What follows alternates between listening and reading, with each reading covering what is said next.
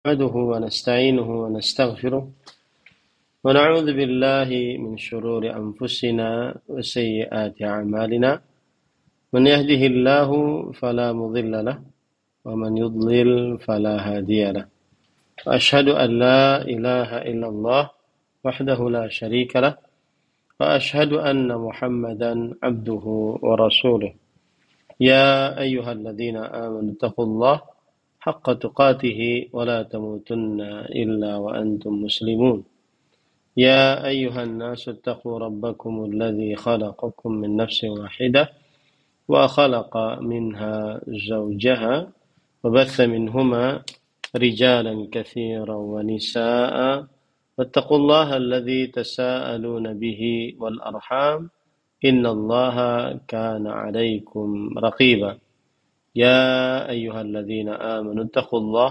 وقولوا قولا سديدا يصلح لكم أعمالكم ويغفر لكم ذنوبكم ومن يطع الله ورسوله فقد فاز فوزا عظيما أما بعد فإن أصدق الحديث كتاب الله وأحسن الهدي هدي محمد صلى الله عليه وعلى آله وسلم وشر الأمور محدثاتها وكل محدثة بدعة وكل بدعة ضلالة وكل ضلالة في النار.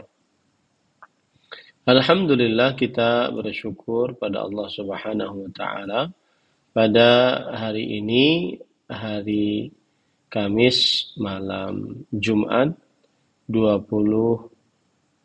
11 Rabiul Akhir 1445 Hijriah, kita dimudahkan oleh Allah Subhanahu wa taala untuk duduk bersama mengkaji kembali kitab Al-Adhkar wal Adab, kitab zikir dan adab yang ditulis oleh Fadilat Syekh Dr. Abdul Muhsin bin Muhammad Al-Qasim, Imam dan Khatib Masjid Nabawi Asy-Syarif. Dan kitab ini adalah merupakan salah satu dari matan untuk para penuntut ilmu saat dia belajar ilmu agama. Salawat dan salam semoga selalu Allah berikan kepada Nabi kita Muhammad sallallahu alaihi wa ala alihi wasallam, pada keluarga beliau, para sahabat, serta orang-orang yang mengikuti beliau sampai hari kiamat kelak. Dengan nama-nama Allah yang husna dan sifat-sifatnya yang mulia, kita berdoa, Allahumma inna nas'aluka ilman nafi'an wa rizqan tayyiban wa amalan mutaqabbala. Allahumma amin. Ahibati fillah, hafanillah wa iyyakum, para jamaah pengajian Ittiba Mengaji yang semoga selalu diberkahi oleh Allah Subhanahu wa taala. Pada kesempatan kali ini kita masuk ke dalam tema, yaitu yang berkaitan dengan poin nomor 11, al-waswasatu fi salati wal qiraah. Zikir yang dibaca saat ada waswasah, yaitu bisikan yang mengganggu di dalam sholat atau saat membaca Al-Quran. Bisikan yang mengganggu di dalam sholat atau saat membaca Al-Quran. Nah, ini yang kita akan pelajari insyaallah ta'ala. Kita baca hadisnya.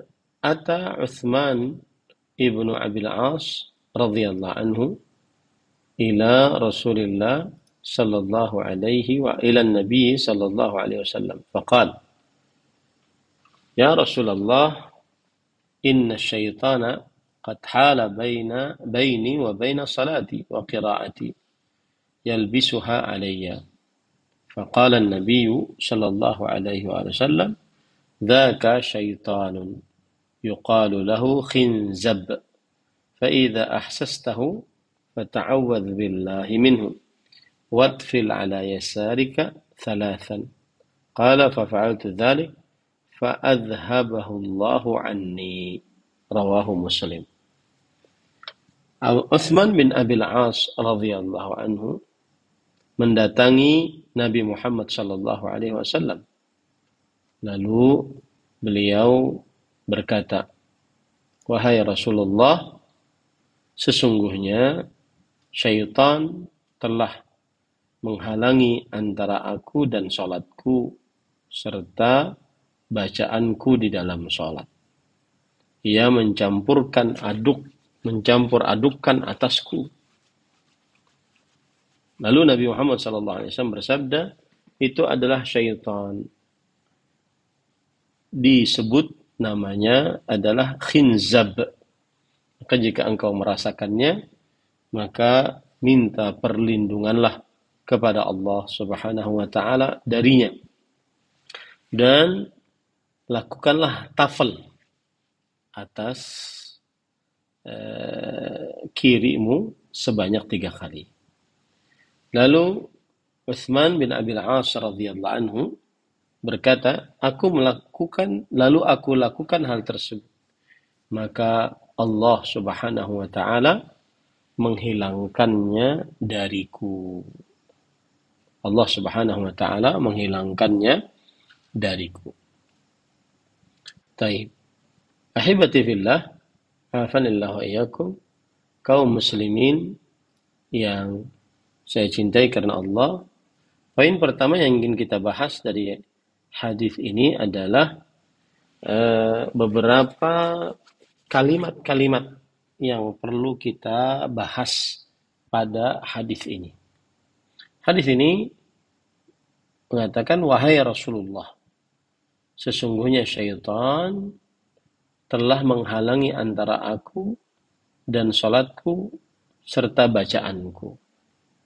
Syaitan yang dimaksud di sini adalah iblis yang merupakan makhluk dari jin. Syaitan yang dimaksud di sini adalah iblis yang merupakan makhluk dari jin serta pengikut-pengikutnya. Ya, serta pengikut-pengikutnya. Salah satu tugas dari syaitan, baik iblis dan pengikut-pengikutnya, adalah mengganggu manusia muslim yang sedang sholat dengan cara yaitu mengganggu pikiran orang yang sedang sholat. Baik itu dia menjadi lupa akan jumlah rakaat, ataupun menjadi lupa saat membaca Al-Quran dari bacaan-bacaan yang dia baca setelah surat Al-Fatihah. Dan ini menunjukkan bahwa salah satu tugas syaitan adalah talbis, mencampurkan, membuat orang tidak tenang ketika sholat dan ketika membaca ayat-ayat saat sholat. Lalu Nabi Muhammad SAW bersabda, itu adalah syaitan. Disebut dengan khinzab. Khinzab adalah salah satu nama dari nama syaitan. Ya, salah satu nama dari nama syaitan. Ini menunjukkan bahwa syaitan memiliki nama. Ya, syaitan memiliki nama.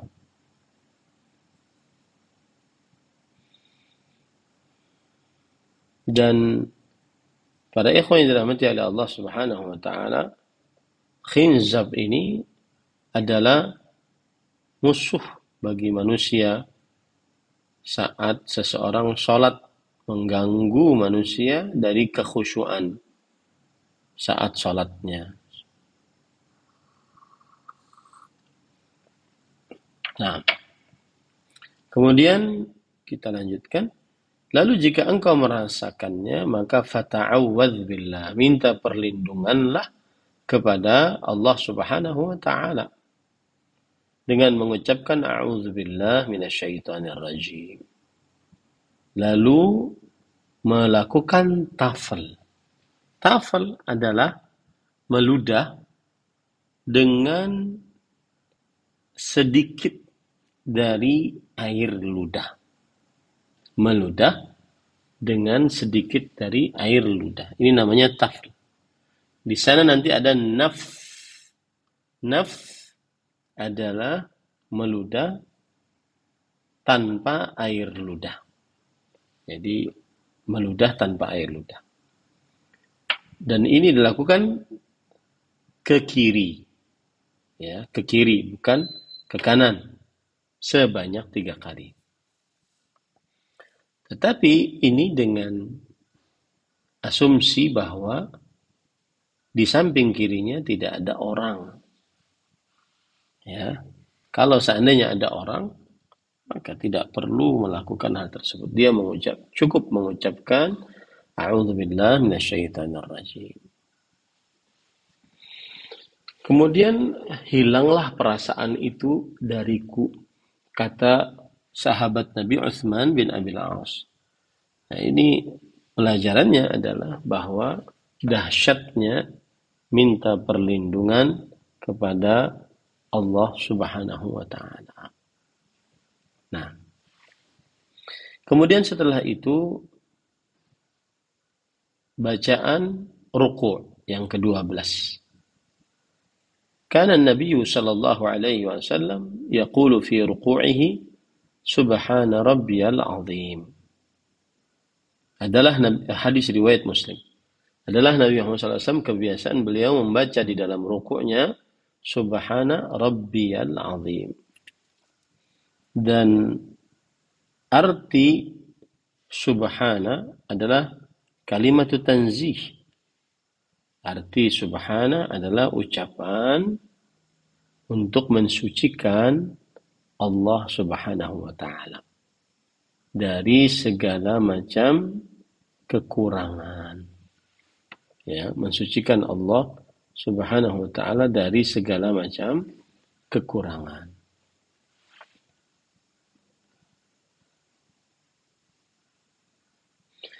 Arti subhana sendiri secara bahasa diambil dari kata-kata as-sabh yang artinya al-bu'du, yaitu jauh.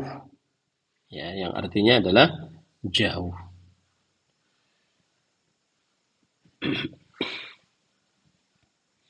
Abdullah bin Abbas radhiyallahu anhu pernah berkata, Subhanallah tanzihullah azza wa jalla an kulli su'.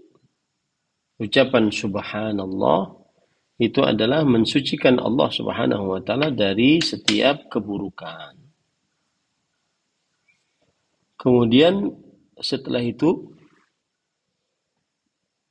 Abdullah bin Abbas radhiyallahu anhu pernah juga diceritakan oleh Yazid ibn al-Asam, "Fama subhanallah." Apa itu subhanallah? Maka beliau mengatakan, kalimatun radhiyahallahu azza wa jalla nafsih wa amara biha malaikatahu wa faza'a laha al-khiyar min khalqih. Subhanallah adalah sebuah ucapan yang Allah Subhanahu wa taala meridainya untuk dirinya. Dan Allah Subhanahu wa taala memerintahkan para malaikatnya mengucapkannya. Dan Allah Subhanahu wa taala memilihkan untuk makhluk-makhluknya ucapan subhanallah tersebut. Kemudian Ali bin Abi Thalib radhiyallahu anhu pernah berkata tentang makna subhanallah, yang artinya adalah ta'zimu jalalillah, mengagungkan kebesaran Allah Subhanahu wa taala. Nah, ini penafsiran para ulama salaf ya. Makanya kita ini dakwah salaf yang mencoba memahami Al-Qur'an dan hadis dengan pemahaman para salafus saleh. Adapun Imam Mujahid rahimahullahu taala, beliau berkata bahwa subhanallah adalah inkifafullahi min kulli su'. Artinya melepaskan Allah dari segala macam keburukan. Nah, itu ucapan subhanallah. Ini perkataan dari Imam Mujahid, seorang ahli tafsir di generasi tabi'i. Ya, Imam Mujahid bin Jabr, yang mana para ulama mengatakan idza ja'aka an Mujahid fahasbuk. Jika datang kepadamu tafsiran dari Imam Mujahid rahimahullahu taala, maka cukup bagimu tafsiran tersebut. Menunjukkan besarnya penafsiran dari Imam Mujahid rahimahullahu taala. Maimun ibn Mihran, seorang tabi'i, ya. Beliau juga berkata subhanallah ta'zimullah ismun yu'azzamullahu bihi. Artinya subhanallah adalah sebuah kata untuk mengagungkan Allah Subhanahu wa taala. Jika seseorang ingin mengagungkan Allah, maka dia mengucapkan subhanallah. Adapun Al-Hasan Al-Basri rahimahullahu taala berkata, subhanallah ismun mamnu'un lam yastati' ahadun minal khalqi an yantahilahu. Masya Allah. Luar biasa. Subhanallah adalah sebuah nama yang terlarang. Tidak ada seorang pun dari makhluk yang sanggup bernama dengannya atau menyandangnya. Ya, tidak ada seorang pun dari makhluk yang menyandangnya. Nah, ini ucapan subhanallah. Nah, yang jelas para ikhwan yang dirahmati oleh Allah Subhanahu wa taala, itu tadi berbagai macam penjelasan para ulama salafus salih tentang ucapan subhanallah. Nah, kemudian dan itulah bacaan Rasul sallallahu alaihi wasallam ketika beliau ruku, subhana rabbiyal azim. Kemudian yang kedua, kana an-nabiy sallallahu alaihi wasallam idza raka'a qala Allahumma laka raka'tu wa bika amantu wa laka aslamtu khasha'a laka sam'i wa basari wa mukhi wa 'azmi wa 'asabi. Nah, adalah Nabi Muhammad sallallahu alaihi wasallam jika beliau ruku, maka beliau mengucapkan Allahumma ya Allah laka raka'tu, hanya untukmu aku ruku. Wabika amantu, hanya denganmu aku beriman. Walaka aslamtu, hanya untukmu aku menyerahkan diri. Khasha'a laka sam'i wa basari, tunduk kepadamu pendengaranku, penglihatanku, wa mukhi, akalku, wa azmi, tulangku, wa asabi, ototku. Nah, ini menunjukkan bagaimana doa ruku yang dibaca oleh Rasulullah Sallallahu Alaihi wa ala alihi Wasallam. Kemudian pada ikhwan yang dirahmati oleh Allah Subhanahu Wa Taala, saya ingin berbicara di sini tentang khusyuk. Khusyuk itu adalah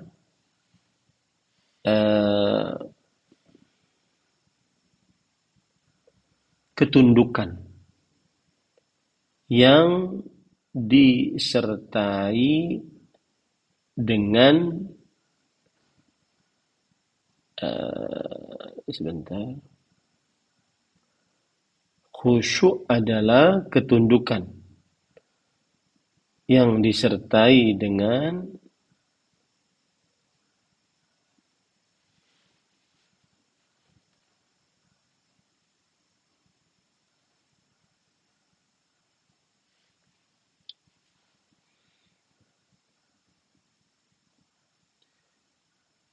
mengerjakan ketaatan kepada Allah Subhanahu wa taala. Nah, itu dia. Khusyuk adalah ketundukan yang disertai dengan mengerjakan ketaatan kepada Allah Subhanahu wa taala. Jadi orang khusyuk itu hatinya tunduk kepada Allah, kemudian setelah itu dia dalam keadaan mengerjakan ketaatan kepada Allah Subhanahu wa taala.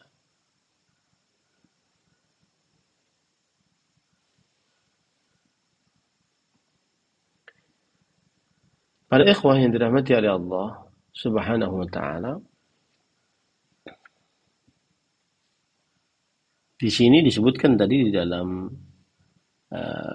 kitab kita, salah satu bacaan Rasul sallallahu alaihi wasallam adalah khasha'a laka sam'i. Tunduk kepadamu pendengaranku, penglihatanku, dan akalku, tulangku, serta ototku. Nah, khusyuk di sini adalah ketundukan kepada Allah disertai dengan mengerjakan ketaatan kepada Allah Subhanahu wa taala. Baik. Itu salah satu pelajaran dari doa dan bacaan zikir saat ruku. Kemudian pelajaran selanjutnya juga adalah sering kita di dalam Al-Quran kita mendapati didahulukan pendengaran sebelum penglihatan. Nah, ini saya ambilkan sebentar. Ada penemuan, ini kitab sudah lama saya miliki ya, yaitu Khamrun Nufus, pemabuk jiwa. Ini kitab berbicara tentang musik. Ya. Ada di sini disebutkan penemuan dari Imam Ibnu Qayyim Al-Jauziyah rahimahullah tentang bahwa Allah Subhanahu wa taala dalam penciptaan makhluk manusia, Allah mendahulukan pendengaran kemudian penglihatan. Seperti dalam surat Al-Insan misalkan, Inna khalaqnal insana min nutfah amsyajin nabtalih faja'alnahu sami'an basira. Sesungguhnya kami telah menciptakan manusia dari air mani yang tercampur, lalu kami uji ia. Kami jadikan untuknya pendengaran dan penglihatan. Maka disebutkan di dalam ayat ini Allah Subhanahu wa taala mendahulukan penyebutan pendengaran sebelum penglihatan dalam banyak ayat. Bahkan disebutkan 19 kali penyebutan pendengaran dan penglihatan dalam satu ayat didahulukan pendengaran. Kemudian 17 kali disebutkan pendengaran sebelum penglihatan dalam ayat yang lain. Ya. Imam Ibnu Qayyim Al-Jauziyah rahimahullahu ta'ala berkata, Adimul basar ashadduhuma dararan wa aslamuhuma dinan wa ahmaduhuma aqibah wa adimul sama' aqalluhuma dararan fi dunyahu wa ajhaluhuma bidinihi wa aswa'u aqibah fa innahu idza udima as-sam'u udima al-mawa'id wan nasa'ih wan saddat alayhi abwabul ulum an-nafi'ah وانفتحت له طرق الشهوات التي يدركها البصر ولا يناله من العلم ما يكفه عنها فضرره في دينه أكثر وضرر الأعمى في دنياه أكثر. Disebutkan dalam kitab Miftah Daris Sa'adah wa mansyuru wilayati ahli ilmi wal iradah, bahwa yang tidak bisa melihat lebih buruk daripada yang tidak bisa mendengar, tetapi lebih selamat agamanya daripada yang tidak bisa mendengar. Ya, orang tidak bisa melihat itu lebih buruk daripada yang tidak bisa mendengar. Jadi kalau ada si buta dan si tuli, secara manusianya mana yang lebih buruk? Yang tidak bisa melihat. Tetapi mana yang lebih selamat secara agamanya? Yang tidak bisa melihat.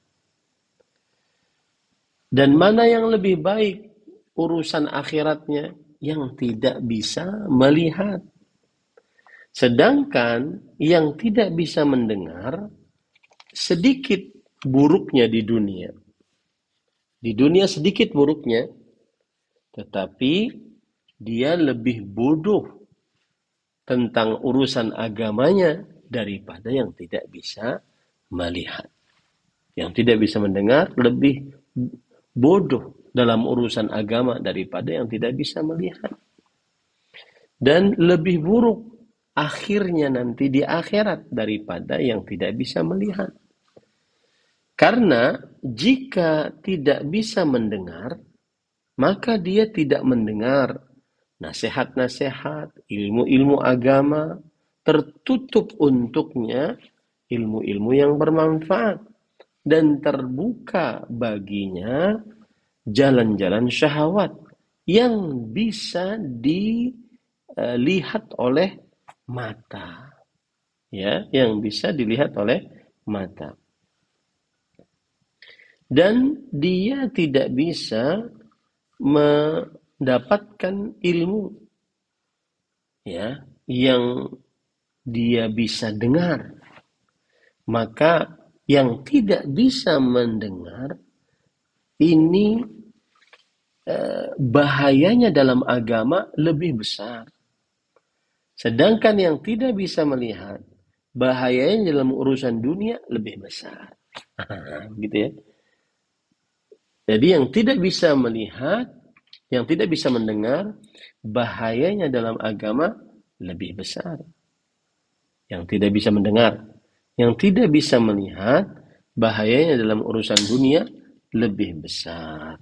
Nah, ini penjelasan dari Imam Ibnu Qayyim Al-Jauziyah rahimahullahu ta'ala. Nah,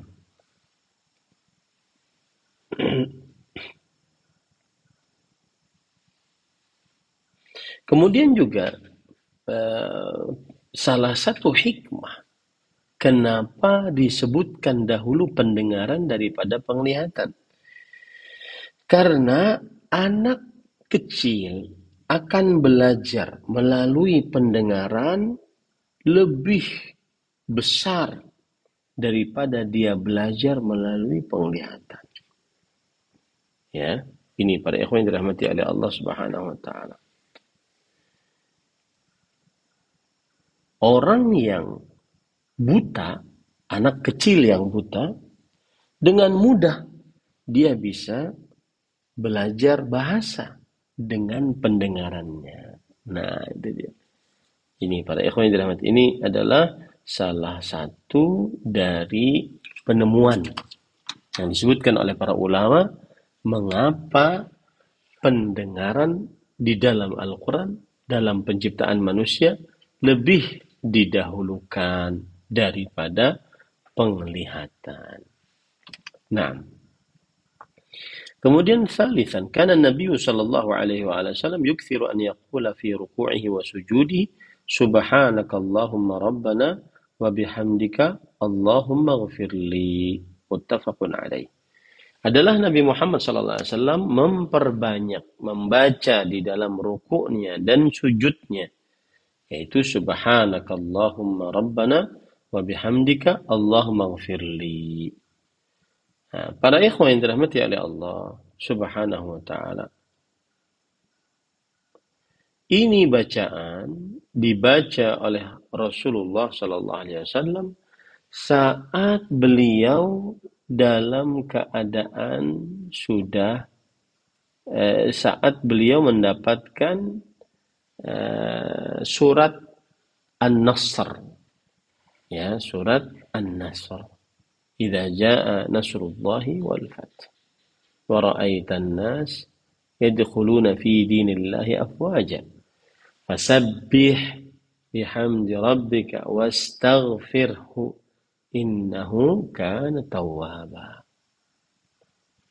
Maka bertasbihlah, maka ucapkanlah subhanakallahumma rabbana fasabbih bihamdik bihamdi rabbika wastaghfirhu Allahumma ighfirli, ya. Makanya disebutkan dalam hadis riwayat Bukhari dan Muslim dari Aisyah radhiyallahu anha, beliau bercerita, kana Rasulullah sallallahu alaihi wasallam yukthiru an yaqula fi ruku'ihi wa sujudihi subhanakallahumma rabbana wa bihamdik Allahumma ighfirli yata'awwalul Qur'an. Adalah Rasulullah SAW banyak membaca saat rukuknya, saat sujudnya ucapan tadi. Kenapa? Karena ingin mengamalkan apa yang ada dalam Al-Quran. Nah, para ikhwah yang dirahmati oleh Allah Subhanahu wa taala,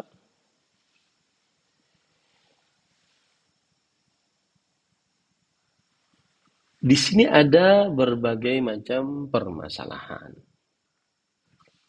Permasalahan yang pertama yaitu memperbanyak bacaan ini saat ruku, saat sujud, ya.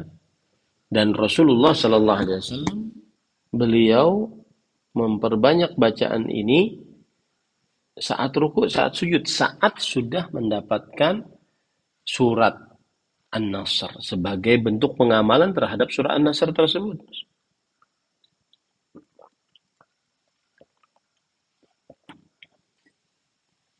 Ini satu. Kemudian yang kedua adalah mengapa Nabi Muhammad SAW beristighfar, Allahumma ighfirli. Maka para ulama mengatakan istighfarun Nabi SAW syukran lillah wa talaban li rahmati wa fadlih. Salah satu sebabnya Rasulullah SAW beristighfar padahal beliau jauh dari dosa. Maka jawabannya adalah istighfarnya Nabi Muhammad SAW sebagai bentuk kesyukuran kepada Allah Subhanahu wa taala dan meminta tambahan rahmat dan karunia dari Allah Subhanahu wa taala. Ini para ikhwan yang dirahmati oleh Allah Subhanahu wa taala. Kemudian sebab yang kedua adalah yaitu karena ingin mengajari umatnya agar bisa bertaubat kepada Allah Subhanahu wa taala. Karena Nabi Muhammad SAW tidak perlu beristighfar sebenarnya. Kenapa demikian? Karena Rasulullah SAW sudah diampuni dosanya yang telah lalu dan yang akan datang. Ya, ini para ikhwan yang dirahmati oleh Allah Subhanahu wa ta'ala. Nah, jadi salah satu bacaannya adalah ini yang paling banyak dibaca oleh Rasulullah sallallahu alaihi wasallam. Subhanakallahumma rabbana wa bihamdika Allahumma ighfirli. Mungkin ada yang mengatakan apakah bisa diambil pelajaran bahwa membaca ini bagusnya saat umur sudah tua dalam ruku, dalam sujud. Kenapa demikian? Karena Rasulullah sallallahu alaihi wasallam mendapatkan surat An-Nasr yaitu pada penaklukan kota Mekah. Nah, dan penaklukan kota Mekah tahun ke-8 Hijriah, berarti umur beliau sekitar 60 tahun. Apakah orang-orang yang tua saja yang membaca akan zikir ini? Maka jawabannya tidak juga. Akan tetapi salah satu bacaan ruku saat ruku dan sujud adalah bacaan ini. Kemudian yang keempat, kana Nabi sallallahu alaihi wasallam yaqulu fi ruku'ihi wa sujudihi subuhun quddus rabbul malaikati war ruh. Hadis riwayat Muslim. Adalah Rasulullah SAW senantiasa membaca dalam rukuknya dan sujudnya subuhun quddus. Subuh artinya adalah Allah Subhanahu wa taala terlepas dari setiap aib dan kekurangan. Quddus artinya adalah Allah Subhanahu wa taala suci dari apa yang tidak cocok untuk Allah Subhanahu wa taala. Subuh Quddus, ya. Rabbul malaikati war Rabb, yang menguasai para malaikat dan ruh. Ruh di sini maksudnya adalah Jibril. Dan pelajaran dari ayat dari zikir yang keempat ini yaitu salah satu bacaan zikir saat ruku adalah bacaan ini. Kemudian pelajaran juga dari hadis ini atau zikir ini keutamaan Jibril alaihissalam. Kenapa? Karena zikrul khas ba'dal 'am, penyebutan yang khusus setelah yang umum, menunjukkan kepada kekhususan. Rabbul malaika, Rabbnya para malaikat. Bukankah termasuk para malaikat adalah Jibril? Lalu kenapa disebutkan warruh dan juga Rabbnya Jibril? Karena menunjukkan kepada pengkhususan. Nah, para ikhwan yang dirahmati oleh Allah Subhanahu wa taala, mengapa Jibril alaihi salam disebut sebagai ruh? Ya, disebut sebagai ruh. Bahkan Ruhul Qudus, gitu ya. Maka para ulama rahimahumullah ta'ala menjawab, karena Allah Subhanahu wa ta'ala yang mengatakan bahwa Jibril alaihissalam adalah ruh.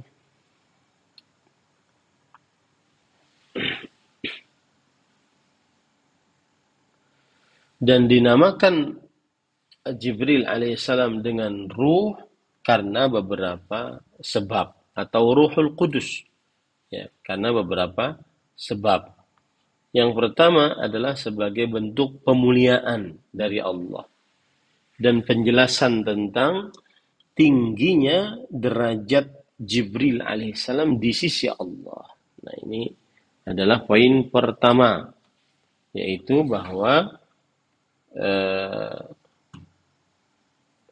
Nabi Muhammad Jibril alaihissalam mempunyai kedudukan yang tinggi di sisi Allah Subhanahu wa taala. Kemudian sebab yang kedua, li'annahu yahya bihid din kama yahya al-badan birruh. Karena dengan Jibril agama menjadi hidup sebagaimana badan hidup dengan adanya ruh. Karena Jibril lah yang al-mutawalli al-mutawalla li'inzalil wahyi ilal anbiya wal mukallafun fi dhalika yuhyuna fi dinihim. Karena Jibril lah yang bertugas menurunkan wahyu kepada para nabi dan para hamba-hamba Allah Subhanahu wa taala. Dengan dakwah para nabi tersebut akhirnya mereka hidup di dalam menegakkan agama. Makanya disebut dengan Ruhul Qudus atau ruh. Sebab yang ketiga adalah bahwa kebanyakan Jibril alaihissalam alamnya adalah alam rohani, alam ruh, ya, bukan alam lahiriah. Nah, makanya disebut dengan ruh.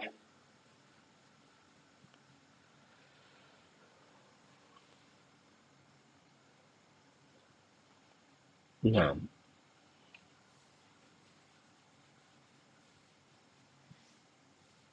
ya, itu kira-kira beberapa sebab. Masih banyak sebab-sebab yang lain.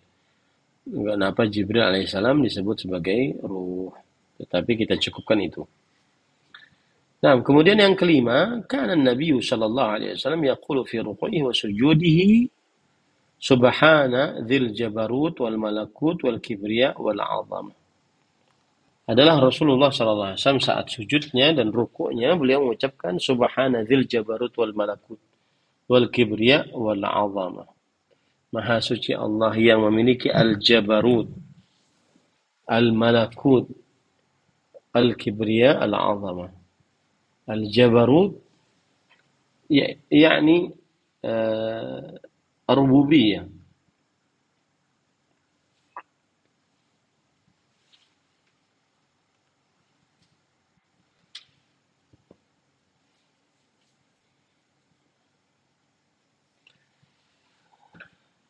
Al-jabarut berkata Imam At-Tibi rahimahullah dari kalimat jabr dan qahar, yaitu kekuasaan, yang memiliki kekuasaan, ya. Kemudian al-malakut yaitu dari para malaikat, yaitu Rabb yang memiliki dan menguasai para malaikat. Allahu a'lam. Nah, ini 5 bacaan Rasulullah Sallallahu Alaihi Wasallam saat beliau ruku, ya. Dan para ikhwah yang dirahmati oleh Allah Subhanahu Wa Taala, timbul pertanyaan, apakah boleh membaca bacaan ini yang 5 ini sekaligus saat ruku, terutama kalau sedang sholat sendirian, ya, kalau terutama sedang sholat sendirian.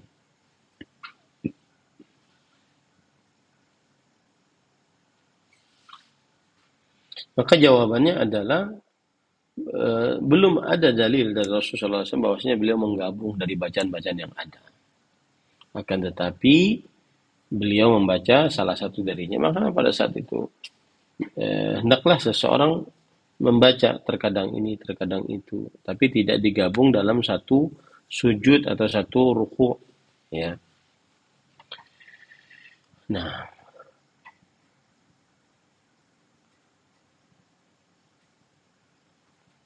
baik. Sekarang kita masuk kepada ar-raf'u minar ruku', yaitu bacaan bangun dari ruku'. Hadis yang dibawakan, rafa'an nabiyyu sallallahu alaihi wasallam ra'sahu minar raq'ah wa qala sami'a Allahu liman hamidah. Faqala rajul wara'ahu rabbana walakal hamd hamdan katsiran tayyiban mubarakan fihi. فلما انصرف قال من المتكلم قال أنا قال رأيت 37 ملكا يبتدرونها أيهم يكتبها أول. Yang artinya Nabi Muhammad sallallahu alaihi wasallam ketika mengangkat kepalanya dari ruku, kemudian beliau mengucapkan Sami Allahu liman hamidah. Lalu ada seorang lelaki di belakang beliau sebagai makmum mengucapkan Rabbana walakal hamdu hamdan katsiran tayyiban mubarakan fih. Lalu beliau setelah itu menyelesaikan salatnya. Kemudian setelah itu beliau bertanya, siapakah yang tadi berbicara? Siapakah yang tadi berbicara? Yaitu mengucapkan Rabbana walakal hamdu hamdan katsiran tayyiban mubarakan fih. Siapakah tadi yang berbicara? Lalu yang berbicara tadi mengatakan, saya wahai Rasulullah. Lalu Rasulullah SAW bersabda, aku telah melihat 30 lebih para malaikat berbondong-bondong menulis siapakah di antara mereka yang menulis amalan tersebut lebih pertama. Nah, ini menunjukkan bahwa bangun dari ruku ada bacaannya, yaitu saat bangun dari ruku. Rabbana walakal hamdu hamdan katsiran tayyiban mubarakan fi. Nah, ada pelajaran dari hadis ini, yaitu pelajarannya adalah syubhat tentang bid'ah hasanah. Bahwa para sahabat Nabi radhiyallahu anhum mengerjakan yang belum dikerjakan dan disyariatkan oleh Rasulullah sallallahu alaihi wa ala alihi wasallam. Ya. Maka bagaimana ini? Apakah berarti beliau mengerjakan bid'ah dan bid'ahnya tersebut adalah bid'ah hasanah? Maka jawabannya, para ikhwan yang dirahmati oleh Allah Subhanahu wa taala,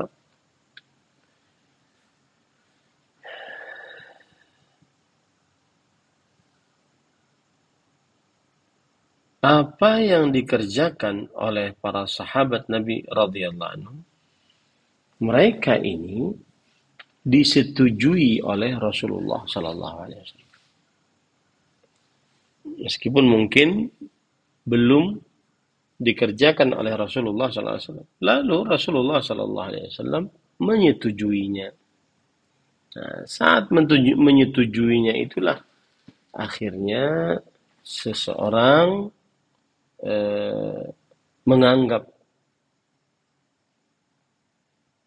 bahwa ada sahabat Nabi yang mengerjakan bid'ah hasanah. Maka jawabannya tidak, akan tetapi itu adalah persetujuan Rasulullah SAW. Dan itu adalah sunnah Rasul SAW. Karena kalau sudah disetujui, berarti itu termasuk dari ajaran Rasulullah SAW. Adapun ada orang yang berdalil dengan hadis ini, kemudian menunjukkan bahwa adanya bid'ah hasanah, maka kita katakan ini pendalilan yang keliru. Kenapa demikian? Karena apabila seseorang mengetahui bahwa itu disetujui oleh Rasulullah SAW, maka itu bukan bid'ah hasanah. Wallahu a'lam. Dan ini menunjukkan keutamaan ucapan Rabbana walakal hamdu hamdan katsiran thayyiban mubarakan fihi. Baik, permasalahan selanjutnya. Apakah para sahabat Nabi radhiyallahu anhum ketika menjadi makmum di belakang Rasulullah SAW mengucapkan juga sami Allahu liman hamidah. Nah, ini ya. Apakah para sahabat Nabi radhiyallahu anhum ketika mereka bangun dan imam bangun, kemudian beliau mengucapkan sami Allah liman hamidah, apakah pada saat itu makmum juga mengucapkan sami Allahu liman hamidah?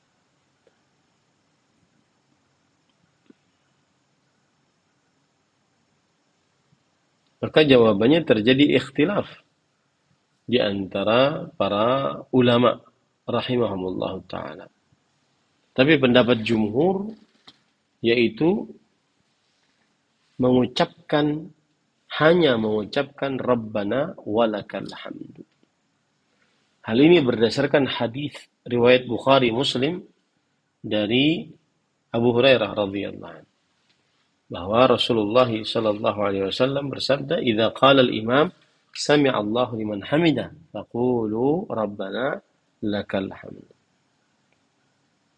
Jika imam mengucapkan sami Allah liman hamidah, maka ucapkanlah Rabbana lakal hamdu. Tidak mengucap di dalam riwayat ini tidak mengucapkan sami Allahu liman hamidah.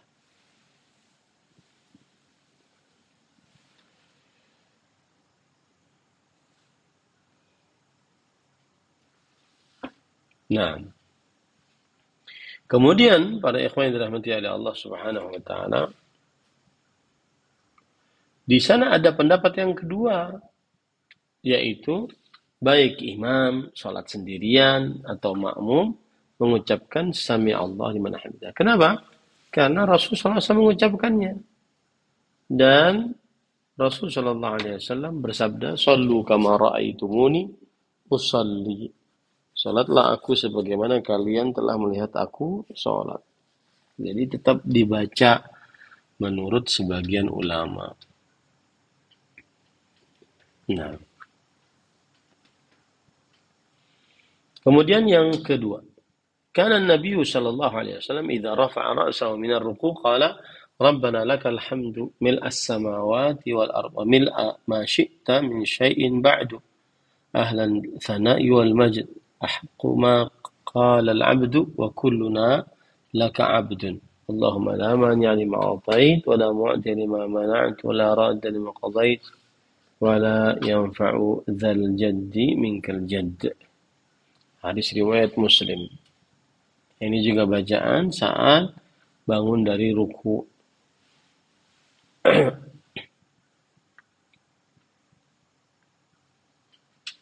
Nah,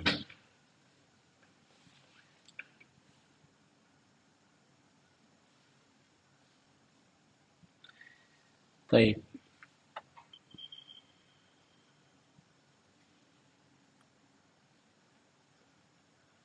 Ya, masih banyak berkaitan dengan bacaan-bacaan salat. Insyaallah taala kita lanjutkan pada pertemuan yang akan datang. Eh, Takriban ini sudah sampai kepada jam 21, sedikit lagi, beberapa menit lagi kita kembalikan acara kepada pembawa acara. Tafadhal.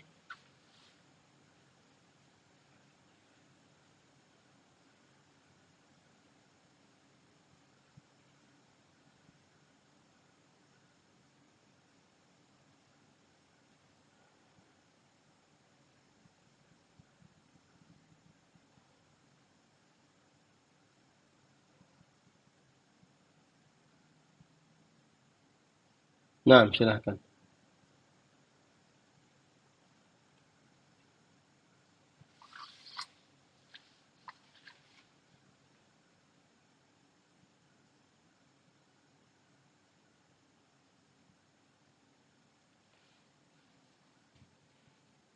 Coba ulangi pertanyaannya.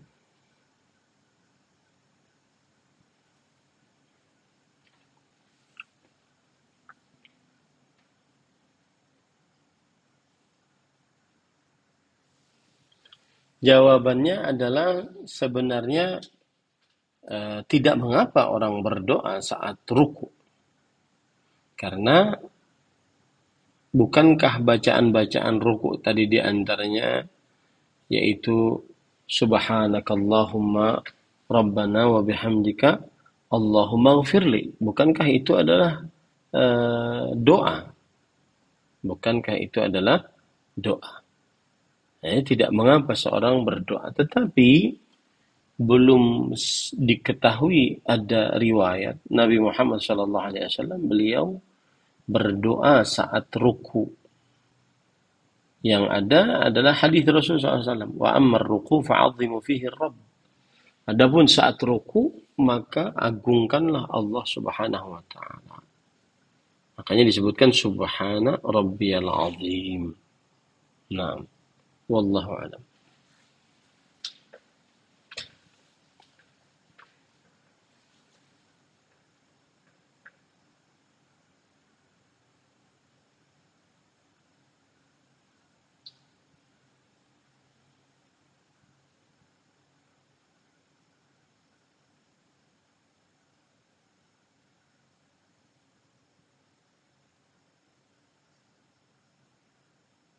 Nah, silahkan. Waalaikumsalam warahmatullahi wabarakatuh.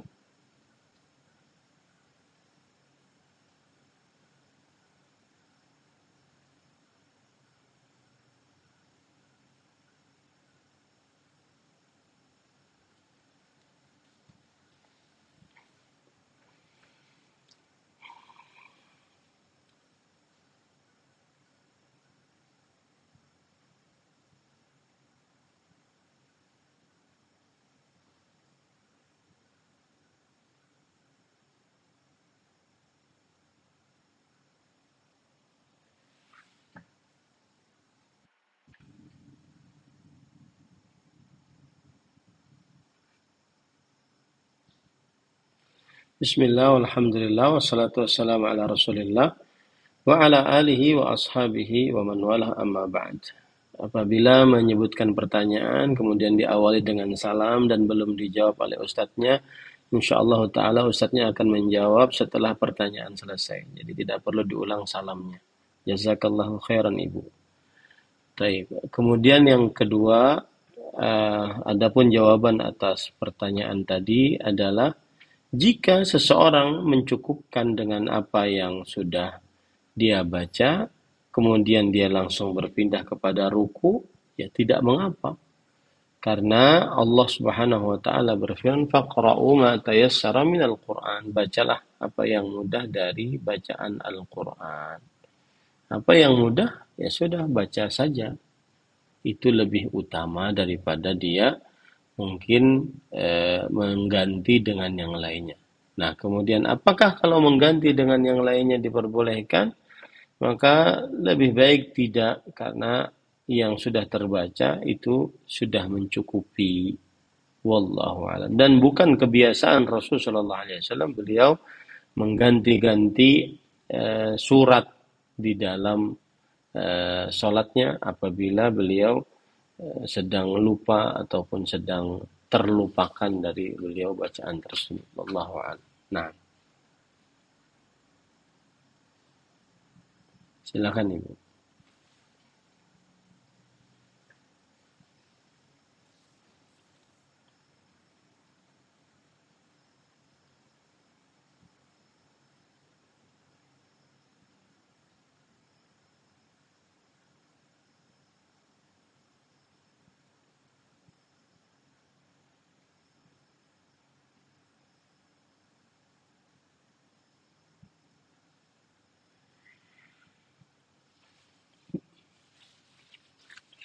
Wafikum barak wa jazakum. Maka jawabannya adalah boleh karena sudah disetujui oleh Rasul sallallahu alaihi wasallam. Bahkan itu termasuk keutamaan. Semestinya seseorang membacanya ketika dia bangun dari rukunya. Rabbana walakal hamdu. Kemudian boleh ditambah dengan hamdan katsiran thayyiban mubarakan fi. Adapun permasalahan sahabat Nabi yang mengerjakannya, kemudian belum Rasulullah SAW sebelumnya mengerjakannya, maka kata belum ini perlu dikoreksi kembali. Apakah memang belum ada Rasulullah SAW pernah mengerjakannya? Sehingga kita katakan bahwa para sahabat itu baru yang mengerjakannya. Nah, ini perlu diteliti kembali riwayatnya. Karena di dalam hadis kan cuma beliau mengatakan bahwa siapa tadi yang berbicara dengan bacaan itu. Tidak ada disebutkan bahwa beliau Nabi Muhammad SAW belum mengerjakannya sama sekali. Tidak ada riwayat yang menjelaskan seperti itu. Makanya perlu atau belum tahu saya ada riwayat yang menjelaskan bahwa itu belum pernah dibaca oleh Rasulullah SAW sebelum sahabat ini. Maka intinya adalah boleh dibaca dan disyariatkan untuk dibaca, bahkan dianjurkan untuk dibaca, karena itu sudah menjadi sunnah Rasul Sallallahu Alaihi Wasallam. Baik Rasulullah Sallallahu Alaihi Wasallam sudah pernah mengerjakannya ataupun belum pernah mengerjakannya, tetapi sudah disetujui oleh Rasulullah Sallallahu Alaihi Wasallam. Wallahu a'lam. Nah,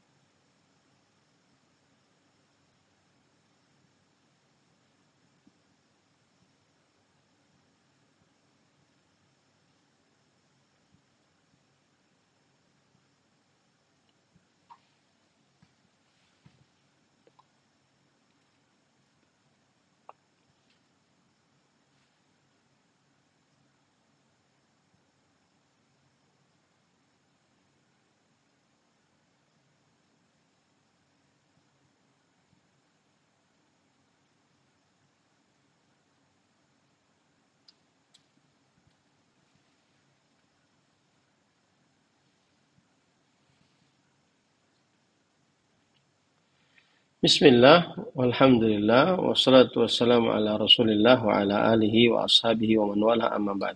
Waalaikumsalam warahmatullahi wabarakatuh. Jazakumullahu khairan atas pertanyaannya. Jawabannya adalah makna bahwa para nabi alaihi wassalam yang didapati oleh Nabi Muhammad sallallahu alaihi wasallam, mereka itu di atas langit, ini adalah keutamaan yang diberikan oleh Allah Subhanahu wa taala kepada para nabi tersebut. Ya, keutamaan yang diberikan oleh Allah Subhanahu wa taala kepada para nabi tersebut. Dan ini yang didapati oleh Nabi Muhammad sallallahu alaihi wasallam adalah ruhnya para nabi alaihi wassalatu wassalam. Ruhnya para nabi. Sedangkan yang didapati oleh Rasulullah SAW Nabi Isa adalah ruh dan jasadnya. Nah, ini para ikhwah yang dirahmati oleh Allah Subhanahu wa ta'ala. Nah, wallahu alam.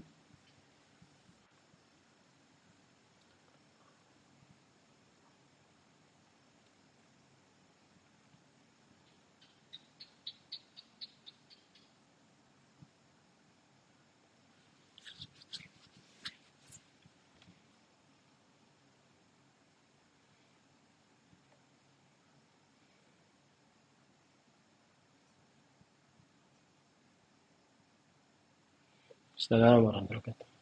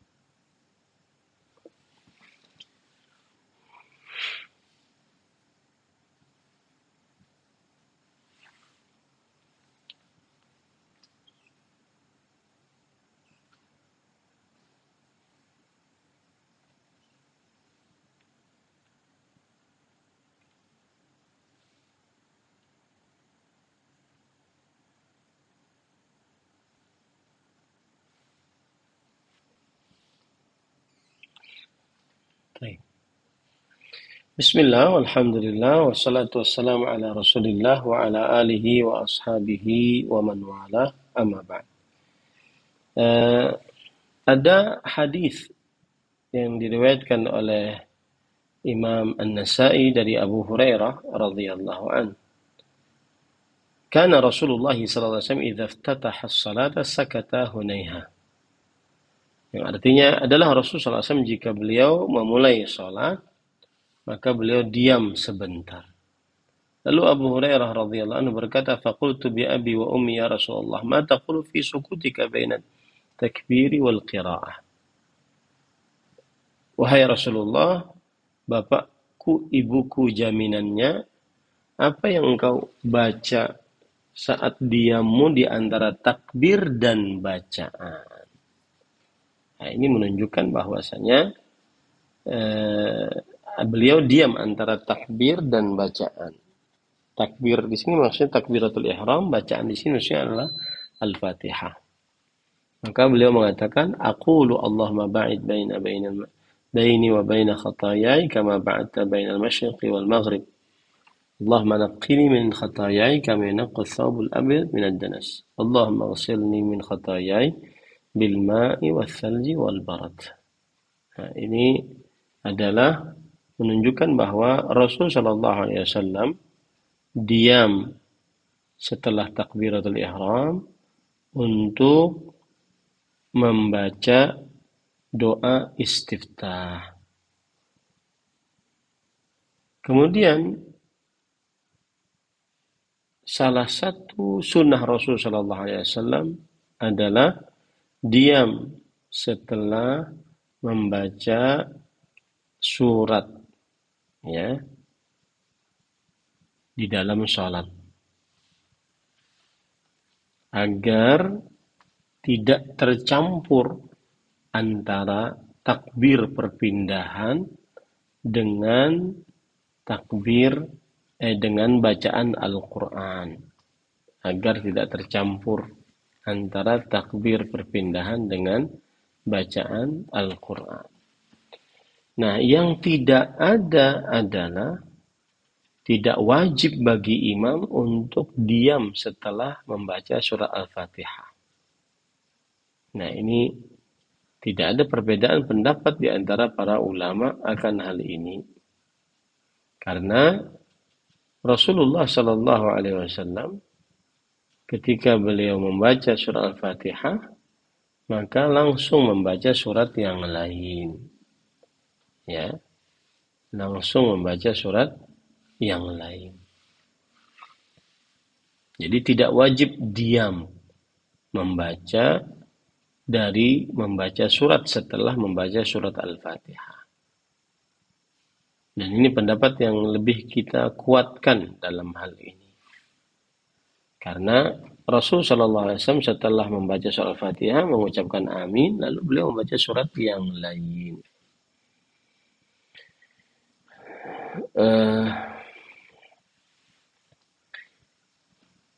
Syekhul Islam Ibn Taimiyah rahimahullah ta'ala berkata, annahu kana lahu saktatan, saktah fi awal al-qira'ah wa saktah ba'da al-faraghi min al-qira'ah.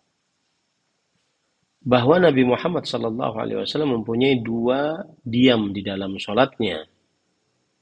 Diam yang pertama sebelum membaca surat Al-Fatihah, dan diam yang kedua setelah membaca surat. Ya, setelah membaca ayat-ayat yang lain. Nah, itu saja yang dianjurkan. Adapun diam setelah Al-Fatihah untuk menyediakan waktu bagi makmum membaca surat Al-Fatihah, maka ini belum ada dalil akan hal itu. Nah, di dalam riwayat Imam Abu Dawud ada memang saktah idza kabbar wa saktah idza faragha min ghairil maghdubi alaihim waladdallin. Yang artinya bahwa Nabi Muhammad SAW setelah bertakbir beliau diam. Ini sudah kita bahas, dan itu yaitu sunnah Rasul SAW.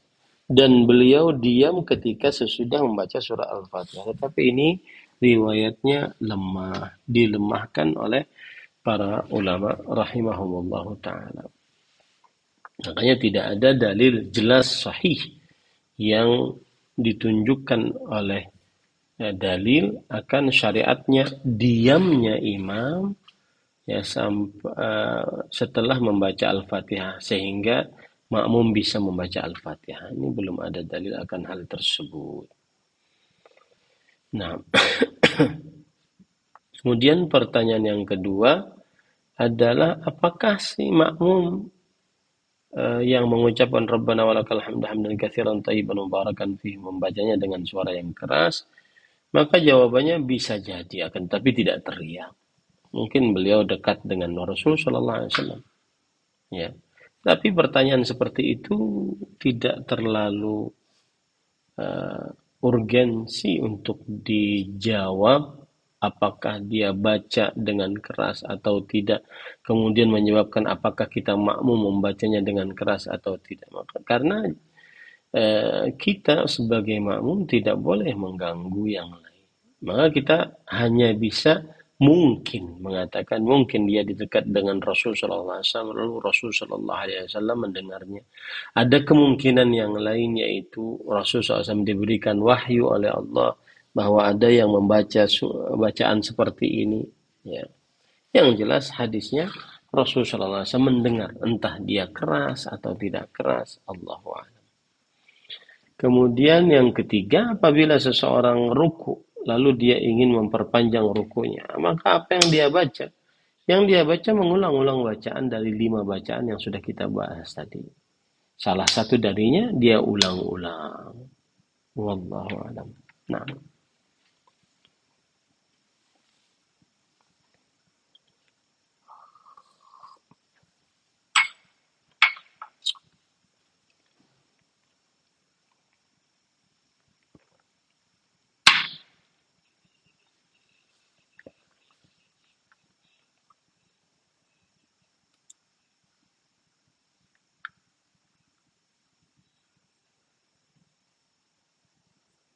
Waalaikumsalam.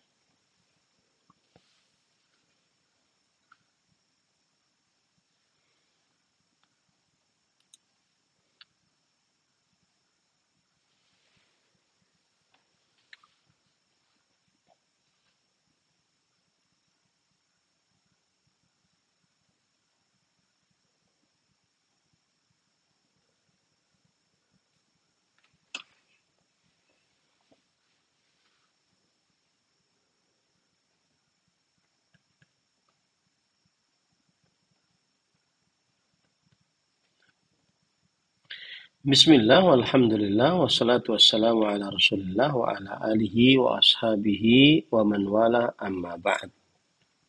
Jawabannya adalah apabila seseorang membaca di dalam satu sujudnya bacaan dari bacaan yang ada dalam hadis-hadis yang sahih, maka dia pilih salah satunya di satu sujud tadi.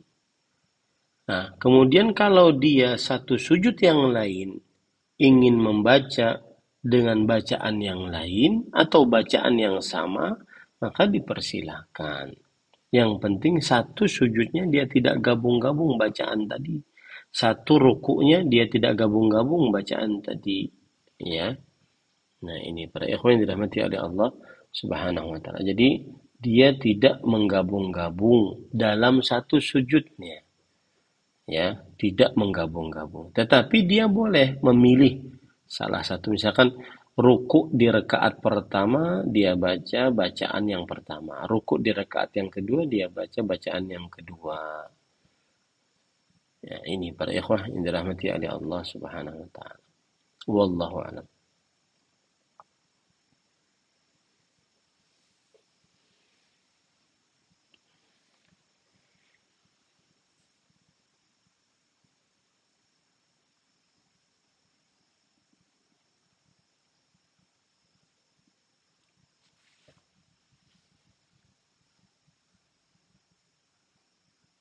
Waalaikumsalam warahmatullahi wabarakatuh. Kumaha Kang Damang. Naam. Barakallahu fiik.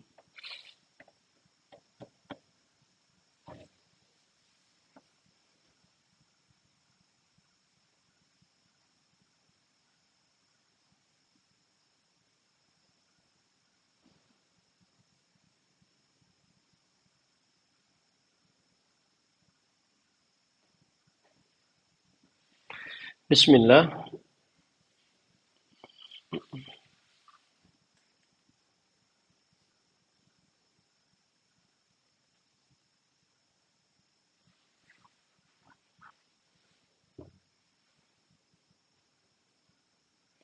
Ada suaranya enggak?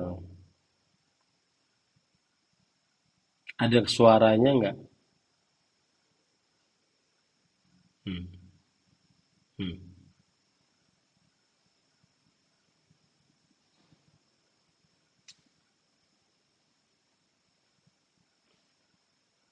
Hmm.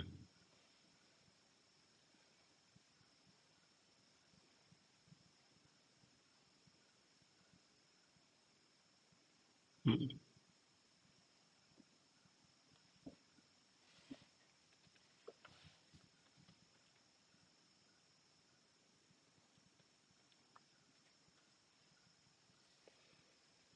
Bismillah, walhamdulillah, wassalatu wassalamu ala rasulillah wa ala alihi wa ashabihi wa man wala amma ba'd. Yang pertama adalah jawabannya ada pada hadis Rasul sallallahu alaihi wa ala alihi wasallam yang diriwayatkan oleh Imam At-Tabarani dan juga riwayat Bukhari Muslim dari Abdullah bin Abbas radhiyallahu anhuma bahwa Rasul sallallahu alaihi wasallam bersabda, ya'ti ahadakumus syaitanu fis shalah. Syaitan datang kepada salah seorang dari kalian di dalam salat. Fayanfukhu fi maq'adatihi. Maka syaitan meniup di tempat duduknya, pantatnya ditiup. Fayukhayyalu ilaihi annahu ahdath. Dikhayalkan kepadanya bahwa dia berhadas, kentut. Walam yuhdith, dan dia padahal tidak kentut. Fa'idha wajada dhalik, fala yansarif hatta yasma'a sautan aw yajida rihan. Kalau dia mendapati itu, maka jangan sampai dia pergi, membatalkan sholatnya, sampai dia mendengar suara atau mencium bau. Makanya saya tanya tadi, ada suaranya enggak? Kalau tidak ada suaranya, itu memang bisikan syaitan mengganggu manusia. Ya. Kemudian pada ikhwan yang dirahmati oleh Allah Subhanahu wa taala,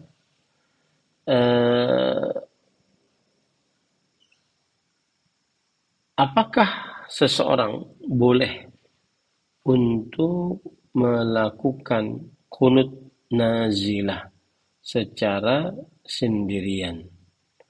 Maka jawabannya adalah boleh seseorang melakukan qunut nazilah secara sendirian. Akan tetapi yang dia lakukan adalah saat sholat wajib. Ya, saat sholat wajib. Saya tidak tahu kalau apa hukum qunut nazilah ketika di dalam sholat nafilah. Ya, di dalam sholat sunnah. Apakah diperbolehkan atau tidak? Maka para ikhwan yang dirahmati oleh Allah Subhanahu wa taala, qunut nazilah dilakukan di dalam sholat wajib saja. Itu yang sampai saat ini saya mengetahuinya akan hal tersebut. Adapun di dalam sholat nafilah atau sunnah, maka belum ada akan hal itu yang saya ketahui. Hadisnya ada, Rasulullah SAW kunut nazilah pada sholat maghrib, sholat subuh, dan kebanyakan sholat maghrib dan sholat subuh. Kemudian beliau juga ada sholat isya dalam beberapa hadis, ya. Begitu juga sholat zuhur, ya, dalam beberapa hadis. Sholat asar belum ada riwayatnya kalau dikerjakan kunut nazilah di saat sholat sunnah. Kunut nazilah dilakukan di saat sholat wajib. Wallahu alam. Nah. Tetapi kalau ada orang ingin membaca doa kunut nazilah, maka tidak mengapa dia baca, ya, tanpa harus dia di dalam sholatnya. Ini saya lagi mengumpulkan beberapa doa yang ada hadisnya tentang kunut nazilah. Insyaallah ta'ala nanti saya akan kirimkan ke admin Ittiba Mengaji. Belum selesai dalam mengartikannya.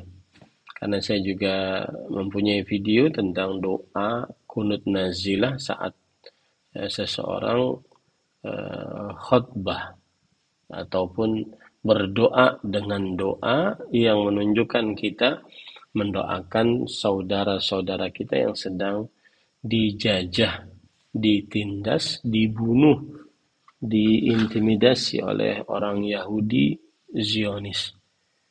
Dan kita berdoa kepada Allah Subhanahu wa taala dengan nama-nama Allah yang husna dan sifat-sifatnya yang mulia, Allahumma al'an al-yahud al-kafarah al-fajrah wa usayyata asallaha wa rasulah. Ya Allah, laknatlah kaum Yahudi yang kafir dan lancang, ahli maksiat yang bermaksiat kepada Allah dan Rasulnya. Allahumma qatilil kafarata alladhina yukadzibuna rusulak wa yasudduna an sabilik waj'al alaihim rijzaka wa azabak. Allahumma qatilil kafarah alladhina utul kitab ilahal haq. Ya Allah, hancurkanlah orang-orang kafir yang mendustakan para rasulmu, yang menghalangi dari jalanmu, dan timpakanlah kepada mereka hukuman dan siksamu. Ya Allah, binasakanlah orang-orang kafir ahli kitab, wahai Tuhan yang hak. Allahumma inna nasta'inuka wa nastaghfiruka wa nu'minu bika wa nakhda'u lak wa nakhla'u wa natruku man yakfuruk.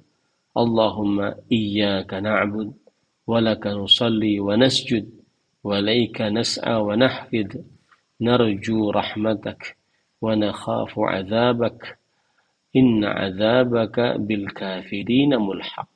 Ya Allah, sesungguhnya kami mohon pertolongan kepada Engkau, memohon maghfirah darimu, beriman kepadamu, kami berlepas diri dan meninggalkan yang kafir kepadamu. Ya Allah, hanya kepadamu kami beribadah, hanya untukmu kami salat dan sujud, hanya kepadamu kami berharap dan menghadap. Kami berharap rahmatmu, takut siksamu, sesungguhnya siksamu berat, sesungguhnya siksamu akan didapat oleh orang-orang kafir. Kemudian juga doa yang lain, Allahumma khalif baina kalimatihim wa zalzil aqdamahum wa anzil bihim ba'saka alladhi la tarudduhu 'anil qaumil mujrimin. Ya Allah, selisihkanlah pendapat di antara mereka, goncangkanlah kaki-kaki mereka, turunkanlah kepada mereka siksamu yang tidak dapat dibendung oleh orang-orang yang berdosa. Allahumma munzilal kitab wa mujriyas sahab wa hazimal ahzab ihzimhum wansurna alaihim. Ya Allah, yang menurunkan Al-Quran, yang menjalankan awan, yang menghancurkan kelompok-kelompok musuh, hancurkanlah mereka dan berikanlah kemenangan kepada kami atas mereka. Allahumma anjil mustad'afina minal mu'minin fi Palestin wa fi Gaza khasa. Ya Allah, selamatkanlah orang-orang yang lemah dari kaum mukminin yang berada di Palestina, terkhusus di kota Gaza. Allahumma shdud wat'ataka 'ala al-yahudil muhtallin al-ghasibin. Allahumma ja'alha 'alaihim sinina kasani Yusuf. Ya Allah, beratkan siksamu atas kaum Yahudi yang menjajah, yang mencuri tanah kaum muslimin di Palestina. Ya Allah, jadikanlah atas mereka kekeringan seperti kekeringan pada zaman Nabi Yusuf selama 7 tahun. Allahumma, ya itu tadi, wa sallallahu nabiyana Muhammad walhamdulillahi rabbil alamin. Juga doa yang lain, Allahumma a'izzal islam wal muslimin wa ahlikil kafarata wal musyrikin a'da'aka a'da'ad din. Allahumma shattit shamlahum wa mazziq jam'ahum wa alqi fi qulubihim ar-ru'ba innaka ala kulli syai'in qadir. Yang artinya, ya Allah, muliakanlah, jayakanlah Islam dan kaum muslimin, dan Allahumma a'izzal Islam wal muslimin wa ahlikil kafarat al musyrikin, dan hancurkanlah orang-orang kafir dan orang-orang musyrik. Ahlikil kafarat wal musyrikin a'da'aka a'da'ad-din. Mereka adalah musuh engkau ya Allah dan musuh agama Islam. Allahumma syattit syamlahum, ya Allah cerai-beraikan kekuatan mereka dan cabik-cabik kesatuan mereka. Memazziq jama'ahum, dan berikan rasa takut di dalam kalbu mereka. Sesungguhnya engkau adalah maha kuasa atas segala sesuatu. Nah, ini insyaallah nanti saya akan kirimkan doa tersebut, mudah-mudahan bisa dibaca oleh kaum muslimin. Bisa dibaca saat sujud, bisa dibaca saat sebelum salam, bisa dibaca saat berdoa di antara azan dan iqamah, bisa dibaca saat seseorang ingin berdoa untuk kepentingan kaum muslimin yang berada di Palestina, terkhusus di Gaza yang semakin hari semakin membesar peperangannya. Mudah-mudahan kita diberikan afiat oleh Allah Subhanahu wa taala. Wallahu a'lam. Barakallahu fiik.